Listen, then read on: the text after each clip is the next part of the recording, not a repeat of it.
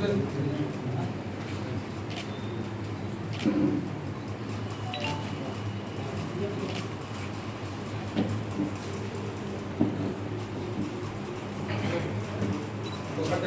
बाहर जाते हैं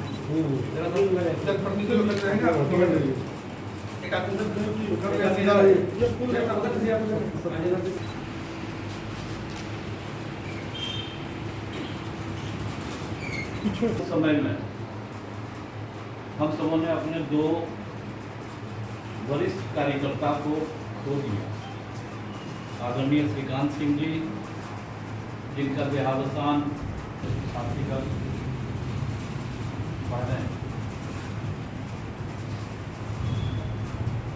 आज हमारे लिए बहुत ही हम सबके लिए दुखी खड़ी है।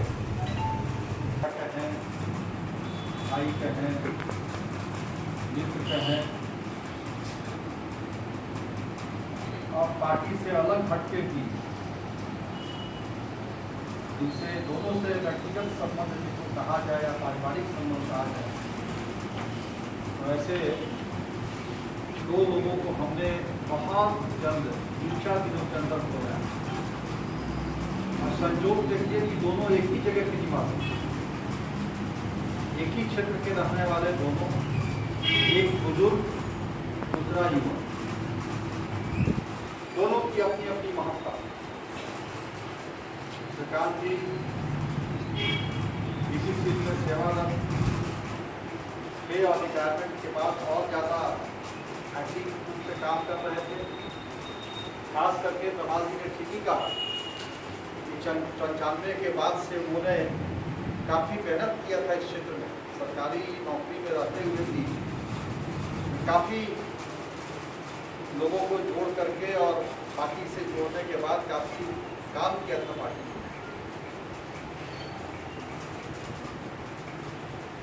बीमारी की वजह से और अभी कुछ रोज पहले तो उनसे बात हुई थी, उनके देहावसान की सूचना मिली।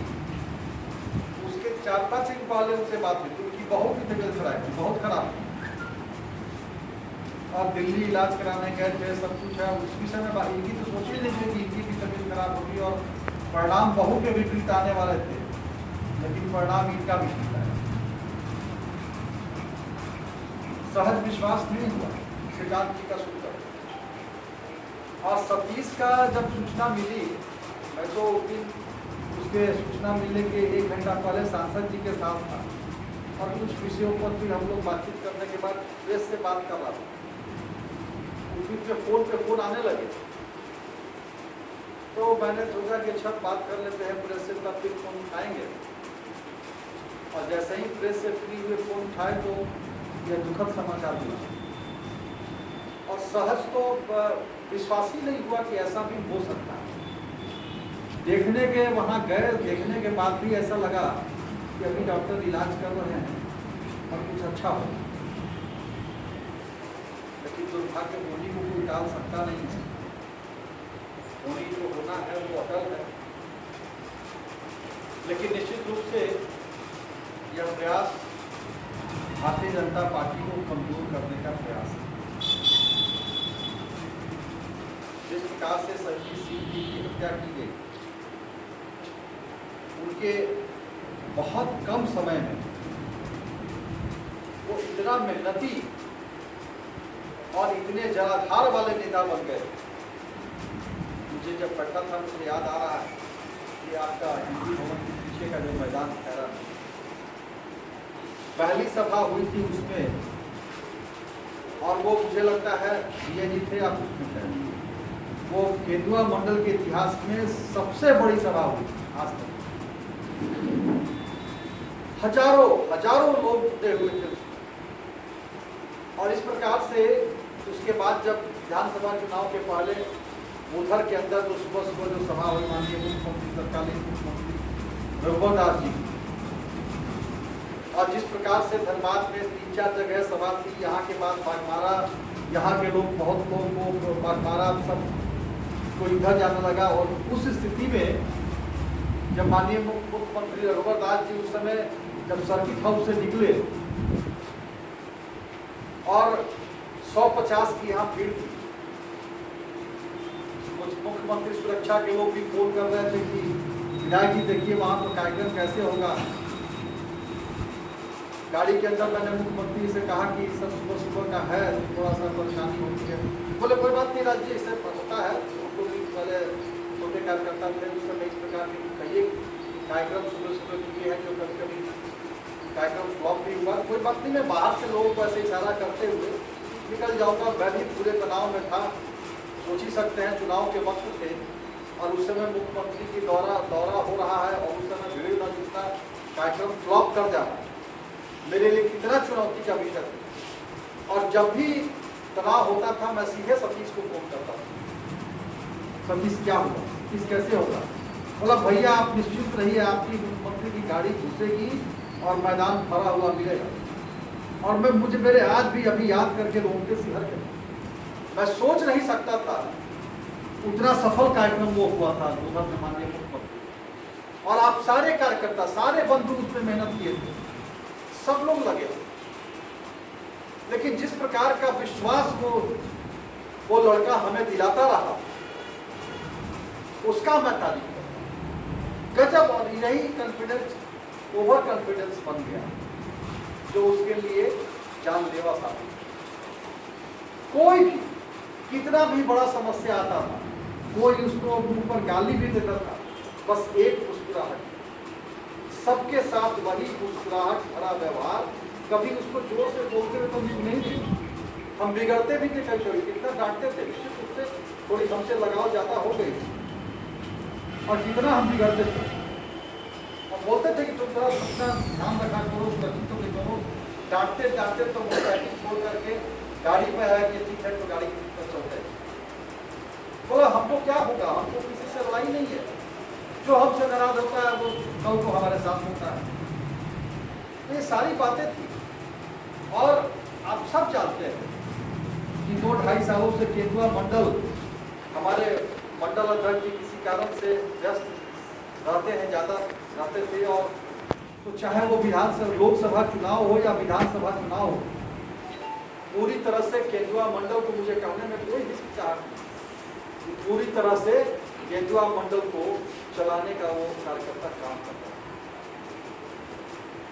निहायत खुश मिजाज और सबके सहयोग से लेकर चलने वाला, सबको जोड़ के चलने वाला कार्यकर्ता।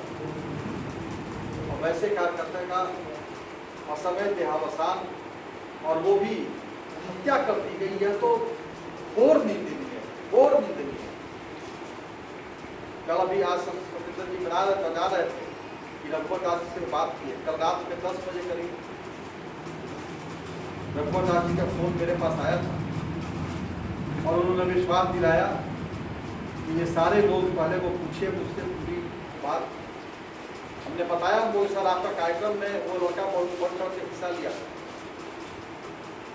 उन्होंने कहा कि हम लोग आपके साथ हैं, आप लोग आगे बढ़िए और उसको न्याय मिले, इसके लिए प्रयत्नशील करिए। मैंने उन्हें विश्वास दिलाया है और लगातार प्रशासन, पुलिस प्रशासन के भी संपर्क में हूँ। अंजाम तक तो दिलाने तक हम भी चैन से नहीं बैठेंगे।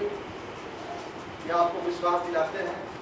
माननीय अध्यक्ष जी हैं, मैं उनसे आग्रह करूंगा कि अभी कोरोना काल है, 144 है, हम लोग धरना प्रदर्शन आंदोलन करने में अभी रोक है, लेकिन हम लोग कुछ फेज वाइज कार्यक्रम बनाएं। मुझे लगता है कि 48 घंटे गुजर गए, अगर कल हम लोग काली पट्टी वगैरह बांध करके, और न केवल धनबाद बल्कि पूरे प्रदेश में आज भारतीय जनता पार्टी के कार्यकर्ताओं को प्रताड़ित करने का, भारतीय जनता पार्टी के कार्यकर्ताओं पर हमला करने का, भारतीय जनता पार्टी के कार्यकर्ताओं पर की हत्या करने का दौर चल गया। पता नहीं ये सरकार किस बदले की भावना से बैठी है कि लगातार भारतीय जनता पार्टी के सत्ता में नहीं रहने के बाद भी लगता है भारतीय जनता पार्टी के खौफ में जी रही है। और इसलिए हर तरह से भारतीय जनता पार्टी के कार्यकर्ताओं पर हमले किए जाते हैं। साथियों,